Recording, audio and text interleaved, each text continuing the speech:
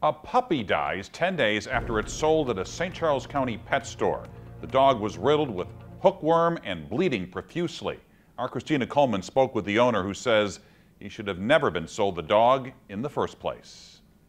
Oh, well, I woke up one morning and she was just lying there. Carl Swope was excited to bring this Yorkshire Terrier home. He named her Cardiana, but within 10 days, she was put down. I expected a dog that was going to be vibrant and alive, not one that was going to have to put down 10 days later. Swope brought her to veterinarian Dr. Kim Lynch. And after she died, Lynch sent Cardiana's body to the University of Missouri to be examined. The necropsy was very suspicious that the dog died from a hookworm infection. Dr. Lynch says she believes Petland Lake St. Louis sold Swope a sick dog because the hookworm in her body was so severe by the time she died. I think the pet store should be ashamed of itself. I mean, to put anyone through that, and if there would have been children involved, to traumatize the kids and the other people in the household, I think is wrong. She doesn't believe she got severe hookworm within the short amount of time she was at Swope's house. My dog is current on all of her shots, her vaccinations and everything else, and other than the little dog walking around in the house, she didn't go nowhere. The owner of Petland Lake St. Louis says the dog's breeder and his store both had the dog looked at by two different vets who determined the dog was not sick.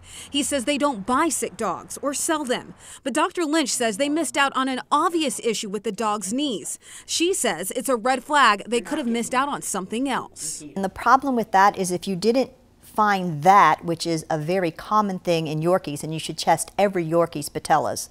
If you didn't find that, then what else didn't you find or didn't you look for? And so that concerns me for the overall exams that were done for that dog. The store's owner also says within the 12 years that the store has been open, they've helped more than 12,000 dogs find homes. And the owner says they also refunded Carl Swope about $3,000 for buying the dog because this was such a bad experience for him.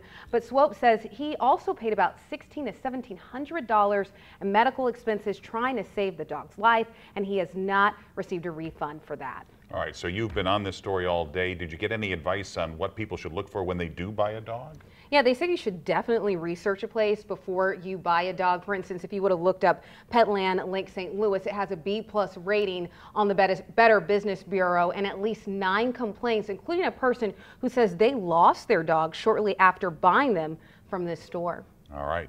Thanks, Christina. Yeah, we found at least 3 other complaints against Petland stores in the last few years. In 2017, a Jacksonville, Florida woman accused Petland of selling her a dying puppy, and she owed $10,000 in vet bills. In March of 2018, more than a dozen people sued Petland in Michigan, claiming that that store sold them sick puppies that were passed off as healthy. And in December of 2018, there were reports of puppy abuse at a Petland store in Kennesaw, Georgia. Humane Society investigators say they found a dead dog inside the freezer.